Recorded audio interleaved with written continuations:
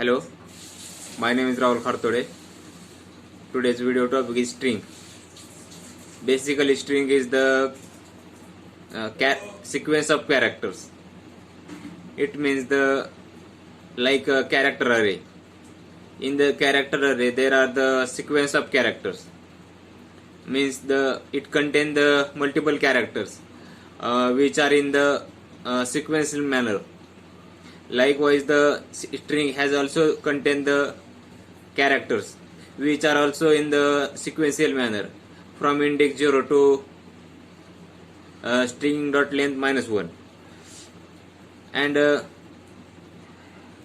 the java dot lang dot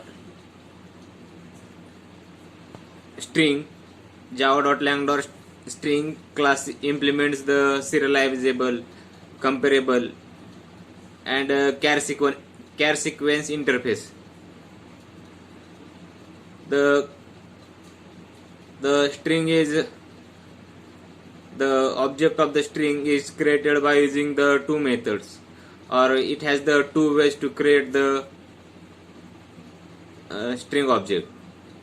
First is by using literals. When we have to create the string by using literal, then we have to just write the first. I will tell the syntax of that we have to first write the type of object, that is string, and also we have to write the reference variable, and again we have to write the is equal to double sign, and write in the double quote we have to write the string whatever we want to write. Also, the second way to create the string is by using new keyword, but the literal way is the mostly using the Java, because it creates only one object in the array in the SCP. Also, the second way of creating the string is by using new keyword. The syntax, or for example, how to create that array is string. Then we have to write the variable name, that is yes is equal to, we have to use the new keyword which allocates the memory for the string. Also, we have to write the string, and in the parenthesis bracket we have to write the string. This is the second way to create the string by using new keyword. It has also the multiple methods like trim method, index of method, caret method. Also, lot of methods are contained in the string. That's all already present in the Java. We have seen that the string are created by using two ways. First is literal and second is the new keyword. Then what is the difference between them?